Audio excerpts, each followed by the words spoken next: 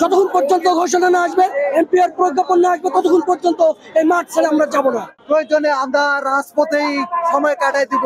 আমরা এমপিওর ঘোষণা, এমপিওর প্রজ্ঞাপন জারি করে আমরা এখান থেকে ফিরতে চাই, আর না হলে আমরা এখানেই জীবন দিয়ে যাইতে চাই। আমাদের এক দফা এক দাবি, এমপিও দিতে হবে। আমরা নন এমপিও 20-25 বছর ধরে আমরা বেতনবিহীন আমরা চাকরি করি, আমাদের কোনো বেতন নাই। আমরা বড় বৈষম্যের শিকার, এদেশের সবচেয়ে বেশি বড় বৈষম্যের শিকার হয়েছি এই নন এমপিও শিক্ষকরা। আমরা চাই আমাদের এই দাবি দাওয়াগুলো আপনাদের মাধ্যমে প্রধান উপদেষ্টা মন্ডলীর কাছে পৌঁছে যাক। আমরা গত ফেব্রুয়ারি মাস থেকে শুরু করে রমজান মাসে 17 দিনের লাগাতার অবস্থান কর্মসূচি পালন করছিলাম। তারপরে আমাদের সরকার প্রতিশ্রুতি দিয়েছিল আমাদের মে থেকে এমপিও ঘোষণা করা হবে এবং জুন জুলাই থেকে বেতন ঘোষণা করা হবে, অতঃপর তারা সে প্রতিশ্রুতি রাখতে পারে নাই।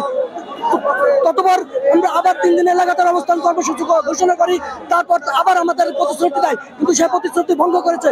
তো অবশেষে আমরা আজ বিগত 3 দিন ধরে আমরা আমাদের দাবি দাওয়াগুলো পৌঁছানোর চেষ্টা করছি। এখন পর্যন্ত কোনো ফলপ্রসূ আলোচনায় আসি নাই। অতএব আমরা চাই যতক্ষণ পর্যন্ত আমাদের জীবন থাকবে, ততক্ষণ পর্যন্ত এমপিও আদায় না হওয়া পর্যন্ত আমরা এই রাজপথ ছেড়ে যেতে চাই না।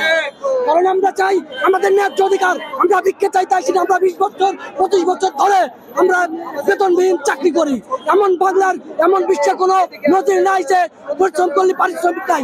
শিক্ষক কেন মাঠায় নামতে হবে? তারা আমাদেরকে ভিক্ষার প্লেট ধরতে বাধ্য করেছিল। আমরা সব রকম আন্দোলন করেছি, কিন্তু আজ আমরা যতক্ষণ পর্যন্ত ঘোষণা না আসবে, এমপি এর প্রজ্ঞাপন না আসবে, ততক্ষণ পর্যন্ত এই মাঠ ছেড়ে আমরা যাব না। ধন্যবাদ।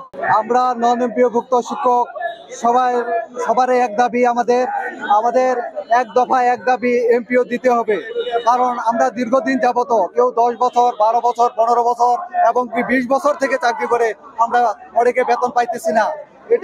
এই মনের কষ্টগুলা আমরা প্রধান উপদেষ্টা বরাবর আমরা পৌঁছানোর চেষ্টা করতেছিলাম, কিন্তু 2 দিন যাবত প্রেস ক্লাবের সামনে আমরা অবস্থান করতেছি, খেয়ে না খেয়ে রাস্তায় পড়ে থাকতেছি, কিন্তু কেউ দেখতেছে না আমরা কিভাবে খাওয়া করতেছি, কি খেয়ে আসি কিংবা না খেয়ে আসি। এবং এই 2 দিন যাবত যে আমাদের কর্মসূচি চলতেছে, এটা নিয়ে সরকার সেই বিষয়টা দেখতেছে না। তার জন্য আমরা আজকে চেষ্টা করতেছিলাম যে আমরা যেহেতু সচিবালয়ে আজকে মিটিং হয়েছে, সেখান থেকেও আমাদেরকে একটা মানুষ যদি চাকরি করে যদি বেতন না পায়, তাহলে সে মানুষটার চলাটা কেমন হয়ে যাবে।